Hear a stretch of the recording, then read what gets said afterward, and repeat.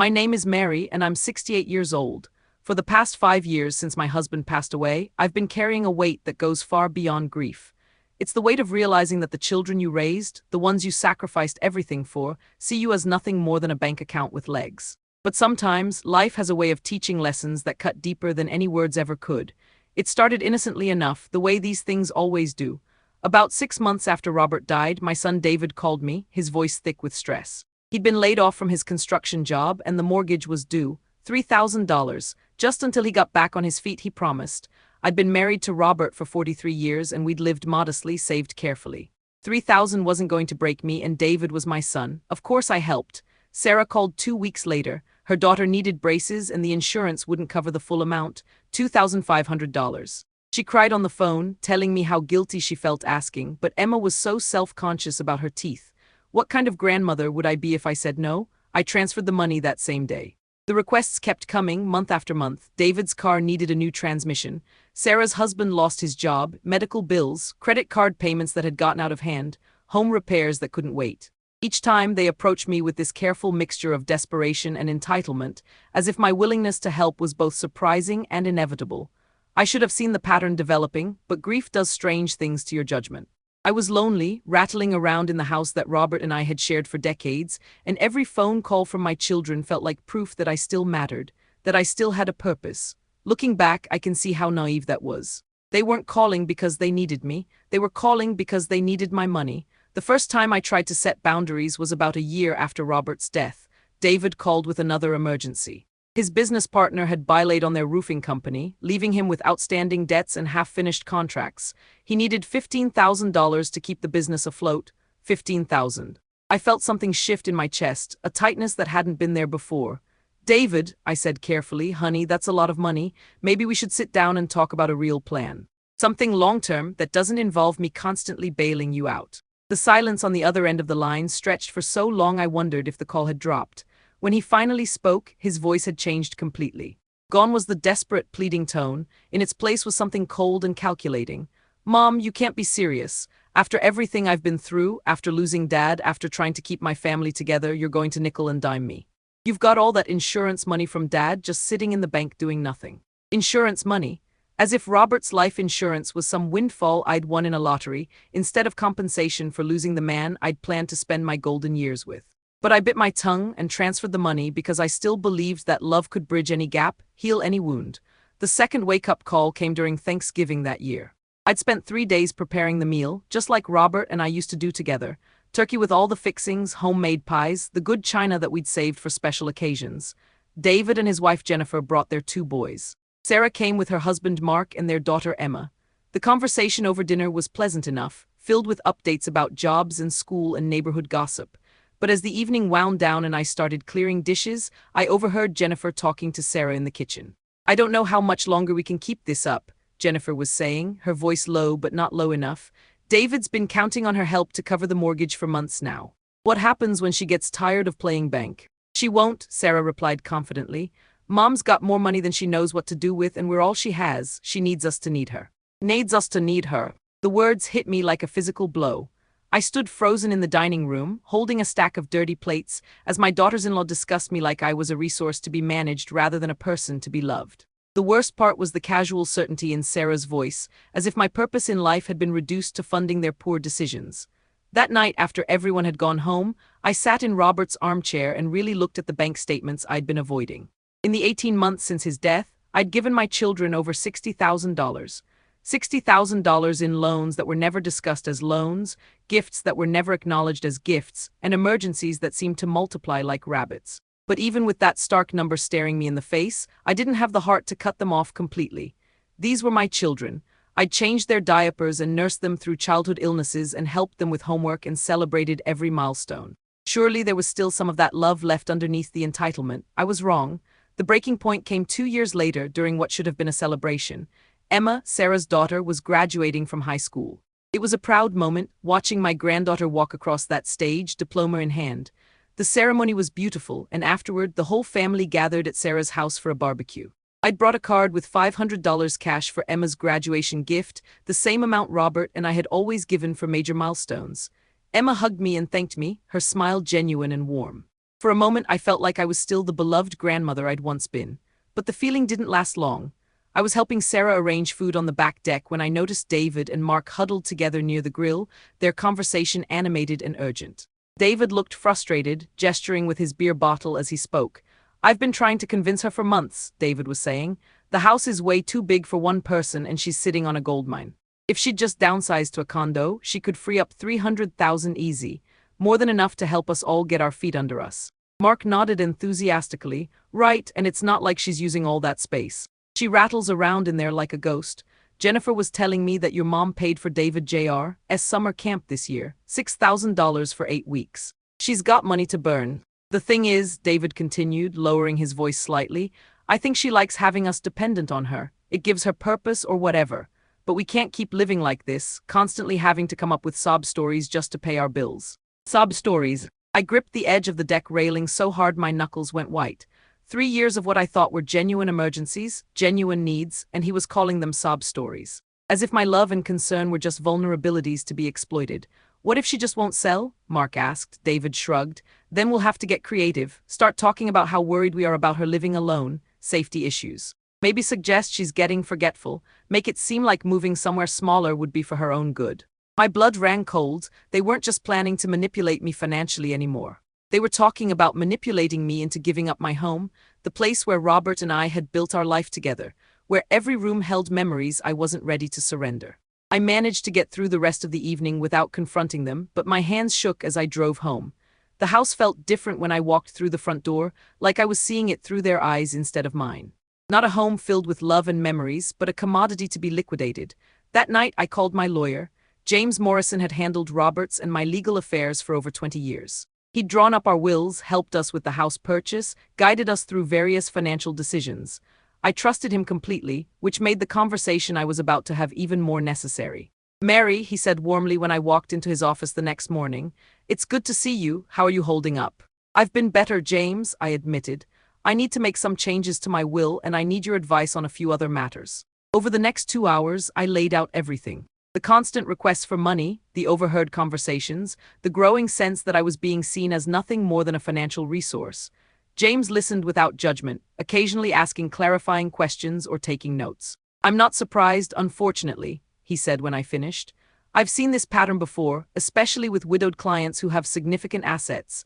Adult children who have never learned to manage money properly can become very creative in their justifications for why their parents owe them support.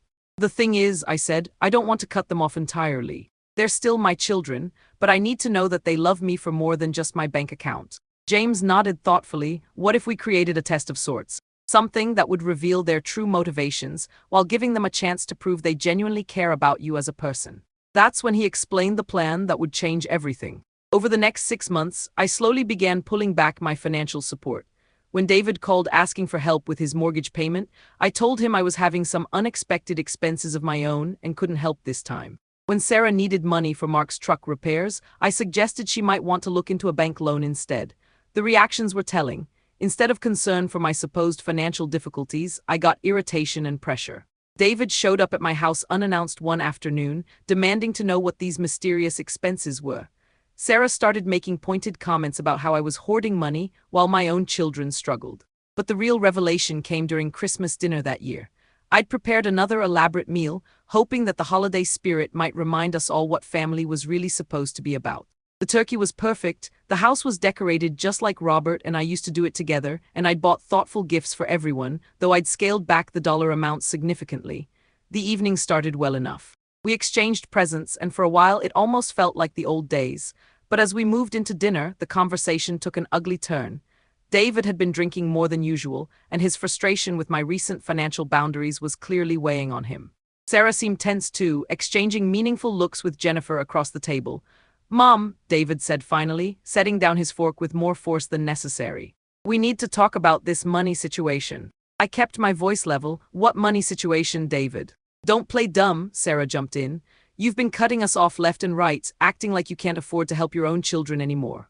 Meanwhile, you're living in this huge house, driving that expensive car Dad bought you. It doesn't add up." "Maybe," I said carefully, "it's time for you to learn to manage your finances without depending on me." The temperature in the room seemed to drop 20 degrees. Jennifer and Mark were looking anywhere but at me. Even the kids seemed to sense the tension. Manage our finances? David's voice rose. Mom, I've been working since I was 16 years old.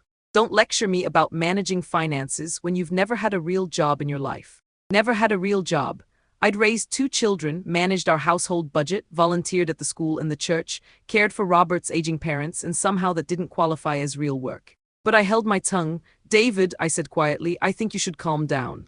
No, I won't calm down, he snapped. Do you know what it's like to have to come begging to your own mother every time life happens? Do you know how humiliating it is? Then stop, I said simply. Stop asking. The silence that followed was deafening. Sarah was the first to break it. This is unbelievable, she said, shaking her head. After everything we've done for you, after all the times we've checked on you since Dad died, after all the family dinners and holidays we've included you in, this is how you repay us. All the times they'd checked on me. All the family dinners they'd included me in, as if spending time with me was some kind of favor they'd been doing rather than what family members are supposed to do for each other. Repay you? I repeated. Repay you for what exactly? For being your children, David shouted, slamming his hand on the table. For putting up with your neediness and your guilt trips and your constant need to be involved in our lives. Jennifer reached over and put her hand on David's arm, clearly trying to de-escalate, but he shook her off. You want to know the truth, Mom? He continued. We don't owe you anything, not one damn thing. You chose to have kids, you chose to raise us. That was your decision, your responsibility. We didn't ask to be born, and we sure as hell didn't sign up to spend our adult lives pretending to be grateful for every little thing you did. We don't owe you anything. Those words would replay in my mind for months afterward. Not the anger behind them or the cruelty of the delivery, but the stark honesty they represented. In David's mind, and apparently in Sarah's as well, the relationship between parent and child was purely transactional. I had provided for them when they were young because I had to, and now they were willing to tolerate my presence in their lives as long as I continued to provide financial benefits. I see, I said quietly. Something in my tone must have gotten through to them because the room fell silent again. Sarah looked like she wanted to backtrack, to soften the blow somehow. Mom, he didn't mean. Yes, he did, I interrupted, and you know what, he's right. You don't owe me anything, not gratitude, not love, not respect, nothing. I stood up slowly, my legs feeling unsteady beneath me. I think it's time for everyone to go home. Mom, please, Sarah tried again. Let's just calm down and go home, I repeated, my voice stronger now. All of you go home. They left, of course. What else could they do? David stormed out without another word, Jennifer trailing behind him with apologies I didn't want to hear.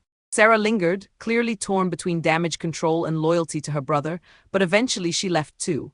I spent the rest of Christmas night cleaning up the remnants of what I'd hoped would be a reconciliation. Every dish I washed, every decoration I put away, felt like I was erasing the last traces of the family I thought I'd had, but I wasn't broken. If anything, I felt a strange sense of clarity. They'd finally said out loud what their actions had been communicating for years. I was nothing more to them than a convenient source of funding, and they resented even having to maintain the pretense of caring about me to access it. Fine. If that's how they wanted to play it, I could play by those rules too. Over the next year I made changes, big changes. I met with James regularly, updating my estate plans and putting certain protections in place. I started traveling, something Robert and I had always talked about doing but never quite managed. I took a cruise through the Mediterranean, spent 2 weeks in Scotland, visited cousins in California I hadn't seen in years. Most importantly, I stopped reaching out to David and Sarah. If they called, I was polite but distant. When they asked about my travels or my activities, I kept my answers vague. When they hinted around about needing financial help, I simply changed the subject. The change in their behavior was immediate and telling. Suddenly I was getting more phone calls, more invitations to family gatherings, more expressions of concern about my health and well-being. But I could see through it now.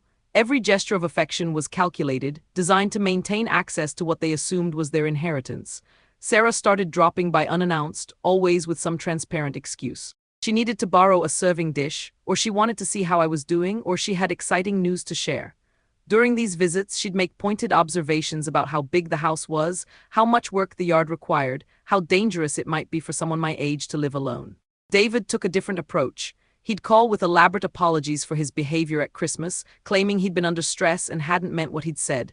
He started bringing the boys by more often, knowing I'd never been able to resist time with my grandchildren. During these visits, he'd make casual comments about interest rates and real estate markets, clearly fishing for information about my financial plans. Both of them started asking questions about my will. Not directly, of course. They were too smart for that. Instead, they'd make observations about elderly neighbors who died without proper estate planning, or they'd share stories they'd heard about families torn apart by inheritance disputes. The subtext was clear. They wanted to know where they stood. I let them wonder. The truth was, I had made significant changes to my will, but not in the way they might have expected. Robert and I had been more successful financially than we'd ever let on. We'd lived modestly not because we had to, but because we'd wanted to. We'd invested wisely, bought rental properties when the market was low, and built a small empire that we'd planned to enjoy in retirement. After Robert's death, I'd continued managing these investments with James's help. The house they saw as my only significant asset was actually just the tip of the iceberg. There were 3 rental properties in the city, a small apartment building in Florida that Robert had bought as a retirement project, stocks and bonds worth more than they could imagine, and yes, the life insurance money that David had been so quick to dismiss as somehow unearned. But I'd also been watching, learning, and planning. When I finally got sick, it wasn't dramatic or sudden, just a persistent cough that turned into pneumonia, the kind of thing that could be serious for someone my age. I spent 4 days in the hospital, and it was during that time that I got to see exactly where I stood with my children. Sarah visited once, staying for maybe 20 minutes. She spent most of that time on her phone, texting with someone about work responsibilities she couldn't abandon. David didn't come at all. He called the hospital room once to check on me, but when I asked if he might be able to stop by, he launched into a detailed explanation of everything he had going on that week. My neighbor Mrs. Chen, a woman I barely knew beyond friendly waves over the fence, visited me twice and brought homemade sup. The lady from the church flower committee, someone I'd worked with on maybe 3 projects, sent a beautiful arrangement and a card signed by 20 people. But my own children couldn't find the time. I was released on a Thursday afternoon. Sarah had promised to pick me up, but she called that morning to say that Emma had a dentist appointment she'd forgotten about. Could I take a cab instead? She'd reimburse me, of course. I took the cab, but I didn't ask for reimbursement. That weekend, I called James and made the final changes to my will. Everything I'd been planning, all the contingencies I'd been considering, crystallized into a document that would serve as my last communication with the children who'd made it clear that our relationship was purely transactional. A week later, at Emma's 18th birthday party, I got to witness the culmination of everything I'd learned about David and Sarah's true feelings toward me. The party was at Sarah's house, a modest celebration for family and close friends. I'd arrived early to help set up, bringing a card with a substantial check for Emma's college fund. It was more than I'd ever given before, and I knew Emma genuinely appreciated it. But as the evening progressed, I found myself increasingly invisible. Conversations would stop when I approached groups of people, or they'd shift to topics that didn't include me. I wasn't being deliberately excluded exactly, but I wasn't being included either. Around 9 o'clock, I started feeling tired and decided to head home early. I found Sarah in the kitchen, cleaning up while the party continued in the backyard. "Thank you for a lovely evening, honey," I said, giving her a hug. "I'm going to head home now." "Oh, okay," she said, not quite meeting my eyes. "Thanks for coming, Mom, and thanks for the generous gift for Emma." "Of course, she's my granddaughter." Sarah nodded, then seemed to hesitate before speaking. "Mom, can I ask you something?" "Sure. Are you doing okay, financially, I mean? You seem to be spending more lately, with all the traveling and everything. And that gift tonight was really generous, maybe more generous than you can afford." There it was, the real concern wasn't for my well-being or my happiness. It was for the money I might be spending on myself instead of saving for their inheritances. "I'm managing just fine, Sarah," I said calmly. "It's just that David and I were talking, and we're worried about you making big financial decisions without consulting anyone. At your age, it might be smart to have someone looking out for your interests. Someone like them," she meant. "Someone who would make sure I didn't waste their inheritance on frivolous things like enjoying my remaining years." "I appreciate your concern," I said, "but I'm perfectly capable of managing my own affairs." She nodded quickly, clearly regretting having brought it up. "Of course you are. I just meant that if you ever wanted to talk through any big decisions, we're here for you." "I'll keep that in mind." I drove home that night knowing that I'd made the right choice. The will James and I had crafted wasn't about revenge or punishment. It was about truth. It was about giving David and Sarah exactly what they'd told me they wanted. A relationship with no obligations, no debts of gratitude, no strings attached. My health declined gradually over the next 2 years. Nothing dramatic, just the slow accumulation of age-related issues that made it clear my time was becoming limited. During those months, David and Sarah's attentiveness ramped up significantly.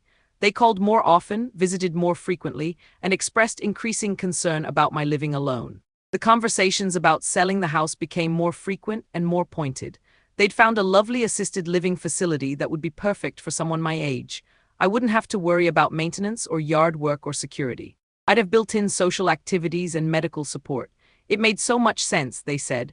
Of course, what they didn't say was that selling the house would free up hundreds of thousands of dollars that would presumably flow to them as my heirs. What they also didn't know was that the house was only a small portion of my actual estate. When I finally passed away last spring, it was peaceful and quick. A heart attack in my sleep, the kind of death many people would consider a blessing. David and Sarah had been attentive in my final weeks, visiting regularly and making sure I had everything I needed.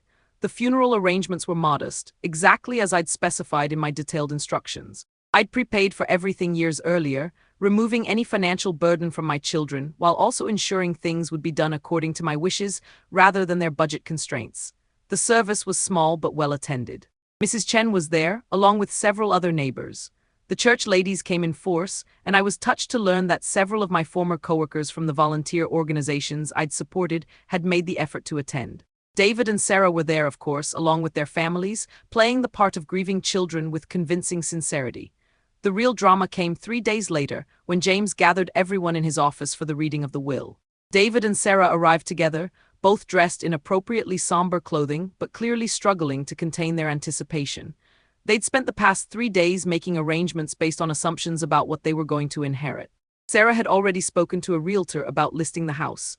David had researched investment advisors to help manage his windfall. They were joined by Emma, now 19 and about to start her sophomore year of college, and by David Jr. and Michael, David's boys who were 16 and 14. I'd specifically requested that all my grandchildren be present for the reading. James had prepared carefully for this moment. He'd known my children for years and understood exactly what kind of people they'd become.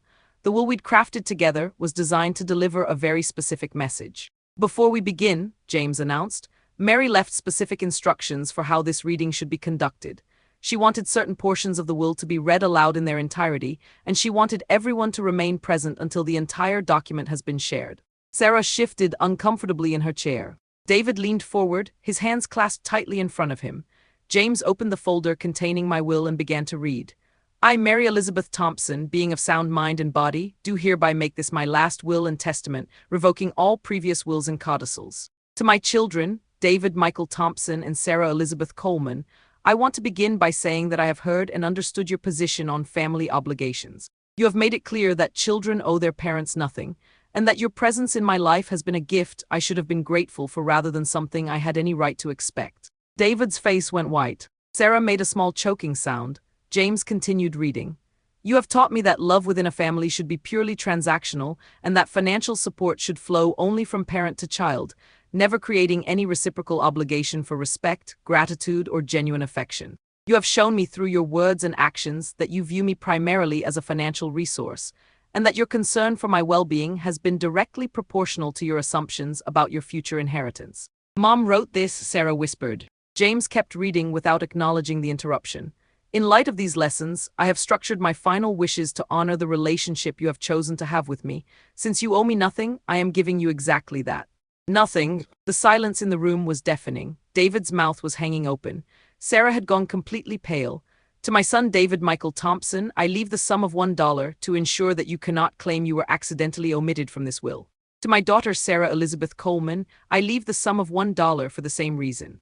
David found his voice first. This is impossible. She couldn't have. There has to be a mistake. James held up a hand for silence and continued reading. My house and all my personal possessions will be sold, with the proceeds going to establish the Robert and Mary Thompson Scholarship Fund, administered by the Community Foundation. This fund will provide college scholarships for students who have demonstrated exceptional care and respect for elderly family members. Sarah was crying now, but they weren't tears of grief. They were tears of panic and disbelief. The remainder of my estate, including all investments, real estate holdings, and financial accounts, will be divided as follows. 25% to my granddaughter Emma Coleman, who has always treated me with genuine kindness and respect. 25% to be split equally between David Michael Thompson Jr. and Michael James Thompson, my grandsons, to be held in trust until they reach the age of 25. The boys looked stunned. Emma was openly weeping, but her tears seemed to be a mixture of grief and gratitude. The remaining 50% of my estate will be donated to organizations that support elderly individuals who have been abandoned or exploited by their families. I have seen firsthand how devastating such treatment can be, and I want my death to serve some purpose in preventing others from enduring what I have endured. James paused and looked up at David and Sarah, both of whom appeared to be in shock. There's more, he said gently. To my children, I want you to understand that this decision was not made in anger or spite. It was made with the same careful consideration you put into your relationship with me. You taught me that family love should be conditional, that respect must be earned rather than given, and that financial support creates no obligation for gratitude or reciprocity. I have simply applied these lessons to my final act as your mother. David slammed his hand on the table. This is insane. She was obviously not in her right mind when she wrote this. We can contest it. We can prove she was manipulated or coerced or... James's voice cut through David's rant like a knife. Your mother anticipated that reaction, David. She had her mental competency professionally evaluated by 2 independent psychiatrists within 6 months of her death. Both assessments are part of the court record, and both confirm that she was completely lucid and capable of making these decisions. But the money, Sarah choked out, there has to be enough to. I mean, the house alone is worth. Your mother's total estate is valued at approximately $2.3 million.